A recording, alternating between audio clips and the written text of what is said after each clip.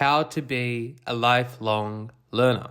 Hello, this is the Quarter Life Baker. Currently you're watching me make some pizza dough. I've since baked the pizza dough that I'm making in this video, and it came out horribly. I ended up breaking my mum's oven, and ended up having to cook it in the air fryer, and it was a whole thing. So we won't talk too much about that. Today I wanted to talk about being a lifelong learner and why it is more important than people actually realize. And it's one of those things where quite often you hear advice from people like, you should drink water. You should always be curious. You should always be trying to learn new things. And don't get me wrong, all of that advice is awesome. But I feel like our society has a tendency to, I suppose they have a tendency to avoid or just kind of knock off what people actually say and disregard that as, it's general advice. I need something more specific. But I'm hoping that you're listening to this in a separate tab, or perhaps you're following along with the pizza dough making. But yeah, essentially today I just wanted to talk about being a lifelong learner and how it's contributed to my happiness as a 25-year-old who still feels a little bit lost, but is feeling far less lost than most, I'd like to say. So we'll kick off. Being a lifelong learner, I feel like can be encapsulated through three different things.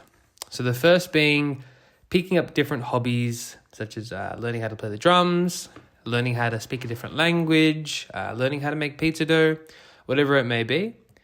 Being a lifelong learner in that aspect is always trying to continuously learn new skills. And for me, I love learning new skills, don't get me wrong, but one of the big advantages I have of this is it helps me be interesting. It helps me be an interesting person. It helps me connect with people who may be a bit quieter or a bit more standoffish when you meet someone for the first time. If you realize that person's actually quite the baker or loves playing the drums or whatever, you have something to connect with them.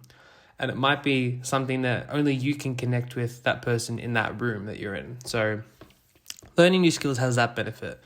And I won't get too much into the whole being an interesting person topic, simply because there's a lot to be said about that. But I feel like that's the first thing in being a lifelong learner. You need to prioritize always learning something. And in school, we get taught, obviously, a whole wide array of topics. And we learn a tremendous amount in school.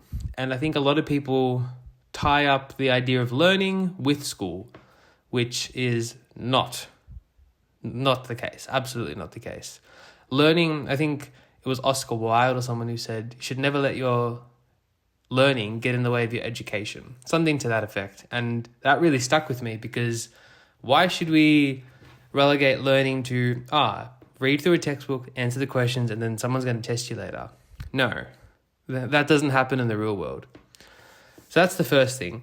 Choosing to be a lifelong learner involves being curious and starting new hobbies and working yourself. And you may not be the best drummer in the world. You may not speak Italian fluently. You may not be a Michelin star pizza chef, but you will have learned something about yourself, and you will have developed the skill of learning, which is a whole thing that a lot of people don't even realize is a thing. But learning how to learn is critical. And yes, another topic to talk about. The second aspect of being a lifelong learner is learning to listen to people. And again, one of those pieces of general advice, but you see people, and I have a tendency to do the same thing, where you look at someone who is an expert in something, or they might be incredibly wealthy, or they might be an awesome business person, whatever it may be, and you look at them and then they'll give you advice. And I feel like, myself included, I have this tendency to kind of disregard them and say, well, I can do it myself. I don't need your help. But learning to learn from other people is valuable. In coding, they make an effort to really, they're encouraged to publish your code, so people after you who are, using your code for their own use case, they can, find a solution easier, and it makes the whole process a lot more seamless, So that's the second thing. You need to be able to learn from other people. You need to be open to learning from other people.